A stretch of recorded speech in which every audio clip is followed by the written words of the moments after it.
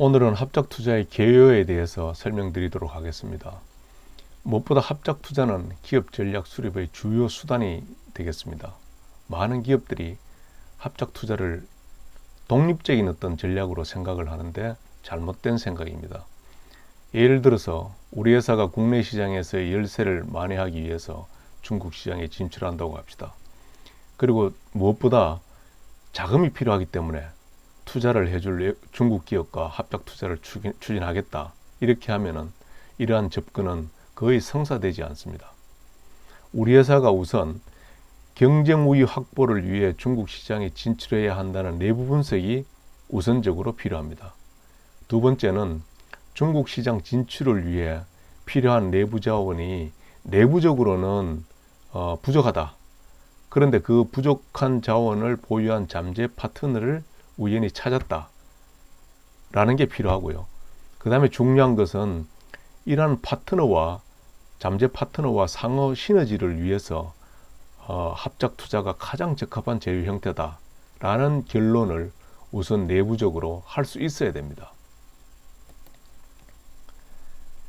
기업이 반복하자면 전략적 목적을 수립하고 수립된 목적 달성을 파트너십을 통해서만 달성할 수 있을 경우에 전략적 제휴를 또는 합작 투자를 추진할 수 있습니다. 따라서 기업 전략의 목표를 달성하기 위한 그 수단으로 합작 투자를 고려해야 된다는 것입니다. 그러니까 기업 전략의 플랫폼 위에서 합작 투자가 돌아가야 되는 것입니다.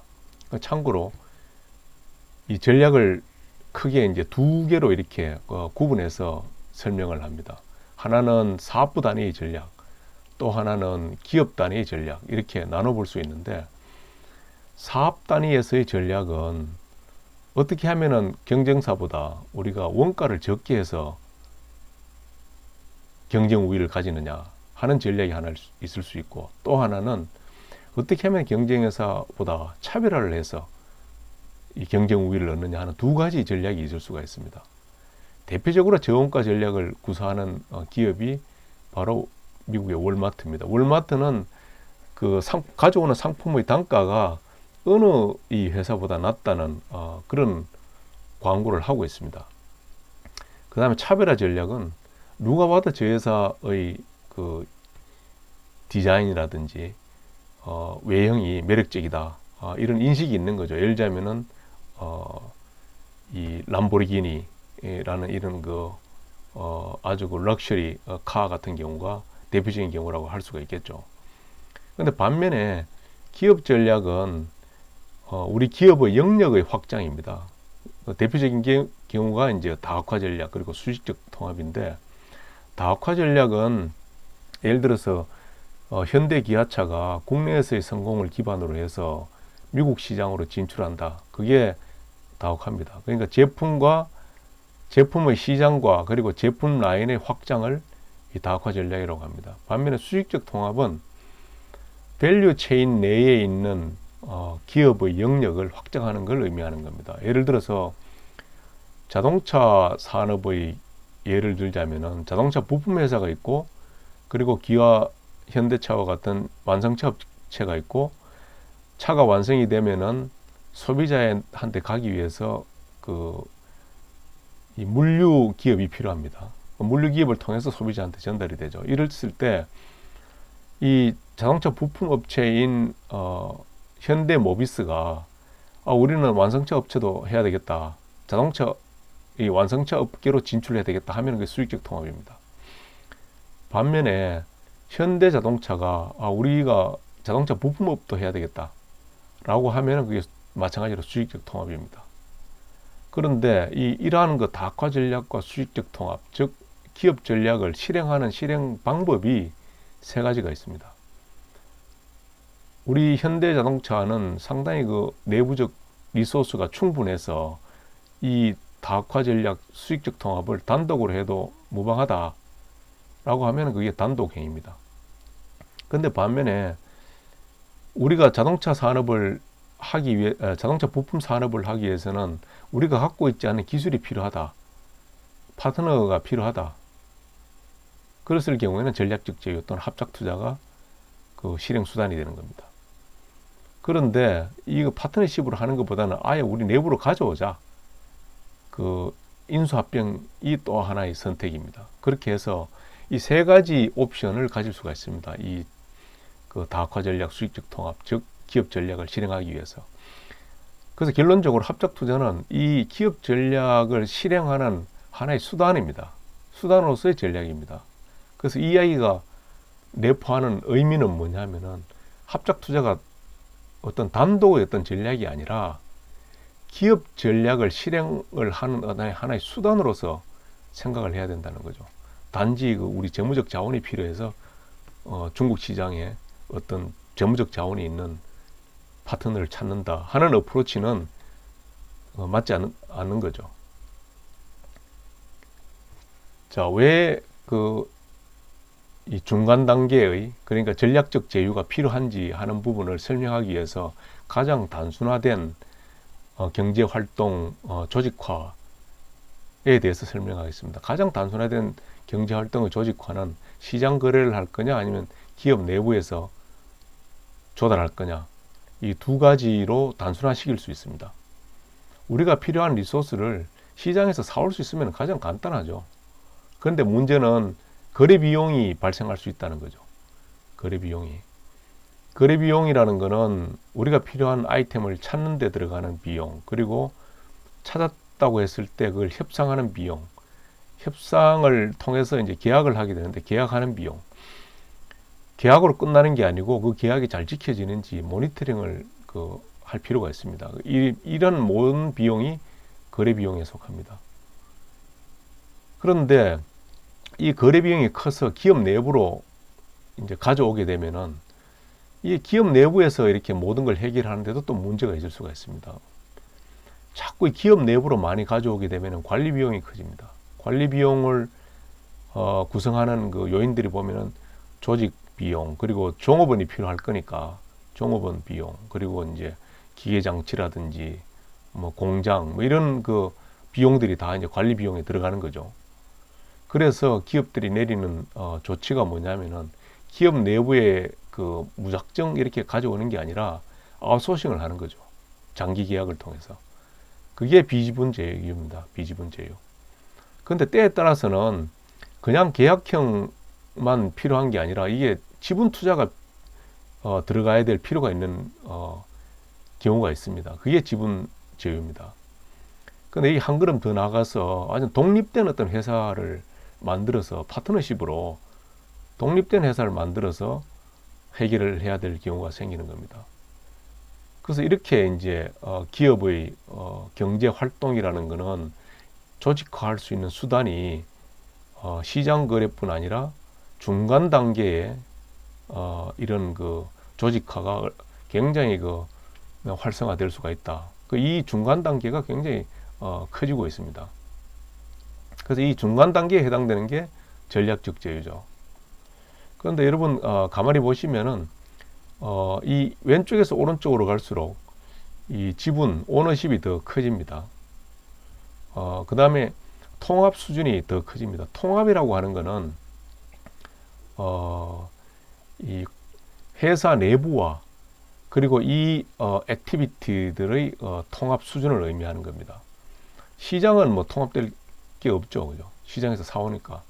근데 이 계약 베이스로 제휴를 하는 거는 어느 정도 통합이 일어나는 겁니다. 그 지분 제휴는 좀 더 일어나고 합작 투자는 더 많이 일어나고 M&A를 하면 완전 통제를 하는 거죠. 통합이 되는 거죠. 그다음 통제도 역시 마찬가지로 이렇게 일어납니다. 오른쪽으로 갈수록 더 커지는 겁니다. 근데 이 통제라는 게 뭐냐면은 경영 통제를 의미하는 겁니다. 경영 통제라고 하는 거는 그 조직의 목적 달성을 위해서 의사결정 프로세스를 통제하는 것을 의미를 하는 겁니다. 그 목적 달성을 위해서 필요한 어떤 통제를 하는 걸 의미를 하는 겁니다. 그만큼 전략적 중요성이 크다는 의미도 됩니다. 그래서 비지분 제휴보다는 지분 제휴보다는 합작 투자가 전략적 중요성이 큽니다. 더 크다면 어떻게 될까요? M&A를 해야 되겠죠. 이렇게 가는 겁니다. 그래서 이게 전략적 제휴 영역에 들어간다. 그래서 지금까지 합작 투자 이야기를 하면서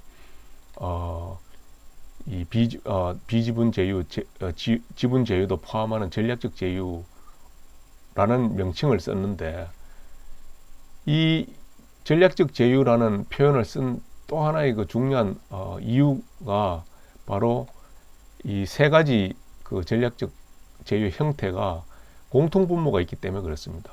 예를 들어서 공동의 목표를 가집니다. 전략적 제휴는. 그 다음에 수익, 코스트, 리스크의 공유가 있습니다. 그리고 의사결정도 공유합니다. 그 다음에 그 계약서가 불완전합니다. 계약서를 완전하게 가져갈 수가 없어요. 예를 들자면은 시장 거래는 거래하고 난 뒤에 뒤돌아볼 필요가 없습니다. 그 계약으로 끝나는 겁니다. M&A도 마찬가지예요. 기업 내부로 들어가고 그 M&A에 대해서 추후에 다시 협상을 하거나 할 필요가 없습니다. 근데 이 세 가지는 시작 시점에 계약을 종료시킬 수가 없습니다. 미래의 불확실성 때문에 그렇습니다. 구체적으로 설명하자면은 모든 미래에 일어날 수 있는 사항을 미리 예견을 해서 계약서에 모두 담는다. 현실적으로 불가능합니다. 그래서 일정 부분은 열어놓을 수밖에 없어요. 그 열어놓음으로 인해서 이 향후 예측하지 못한 상황에서 대처 능력이 생깁니다. 우발적 상황에 대해서 적응력이 높아지기 때문에 전략적 제휴, 또 합작 투자의 성공 가능성이 그만큼 높아지는 거죠. 이노베이션이 필요할 때 우호적 환경을 제공할 수가 있습니다. 그리고 이제 너무 꼭꼭 묶어놓지 않으면은 그 세세한 디테일에 대해서는 자율성이 있기 때문에 그 성공 가능성이 더 높은 거죠.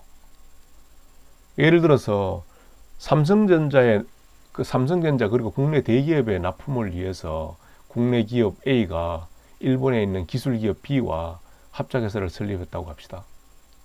그런데 갑자기 이 대기업의 정책이 바뀌어 버렸어요. 그동안에는 기술 플랫폼을 A라는 기술 플랫폼을 사용을 하기로 이렇게 그 정책을 가졌는데, 갑자기 플랫폼 B로 바꾸기로 삼성전자에서 결정을 해버렸어요. 이런 경우에 초기에 맺었던 계약을 그대로 가져가야 되나요? 그렇게 해서는 국내 기업 그리고 일본 기업 양자 간의 한쪽은 분명히 피해를 보게 될 것입니다. 그리고 궁극적으로 거기에 적절하게 대처하지 못하면은 그 파트너십은 실패할 확률이 굉장히 큽니다. 그렇기 때문에 열어놔야 되는 겁니다.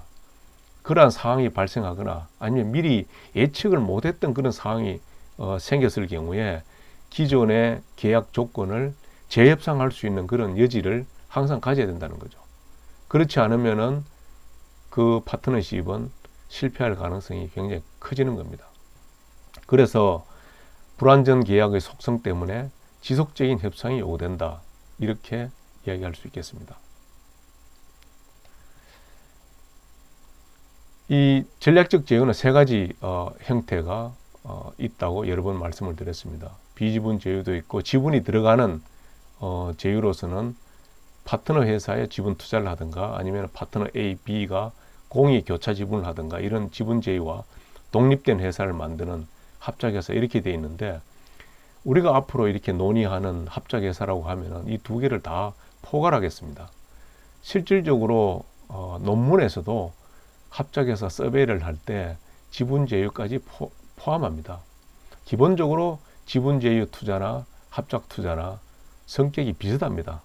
속성이 거의 공유가 되고 차이가 거의 없습니다. 그렇기 때문에 각종 이론을 설명을 하는데도 이 양자를 크게 구분하지는 않습니다. 물론 차이는 약간은 있지만, 그래서 앞으로 우리가 논의를 하는데도 특별한 지적을 하지 않는 사항이라면은 이 기본적으로 지분 제휴 합작회사를 포괄하는 설명이다. 이렇게 받아들이시면 되겠습니다. 종합하자면은 합작 투자의 의사결정은 기업 전략과 정렬이 돼야 된다. 합작 투자는 전략적 제휴 형태 중 하나이다. 전략 제휴의 특징은 공동의 목표를 가지고 수익, 코스트, 리스크 그리고 의사결정을 공유한다. 불완전 계약의 속성이 있어서 지속적인 협상이 요구된다. 우리는 앞으로 합작 투자라고 할 때 지분 제휴까지 포함한 광의의 합작 투자를 논의하도록 한다. 이게 오늘의 주된 논제였습니다. 여기까지 설명하도록 하겠습니다. 감사합니다.